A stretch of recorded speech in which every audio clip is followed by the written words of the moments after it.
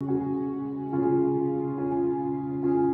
ich schreib jedes deiner Worte auf ein Plakat, an jeder Wand muss groß dein Name stehen.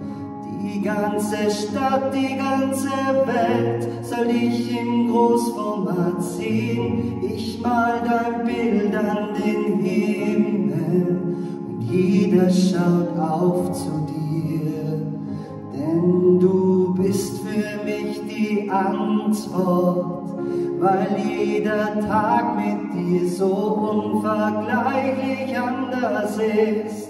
Du würdest alles riskieren, ich möchte dir applaudieren, dir sagen, dass du perfekt bist, so wie du bist.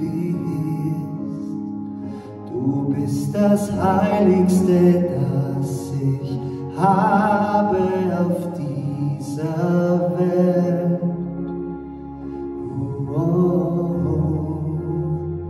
Ich glaube, ich hab dir bis jetzt noch gar nicht davon erzählt.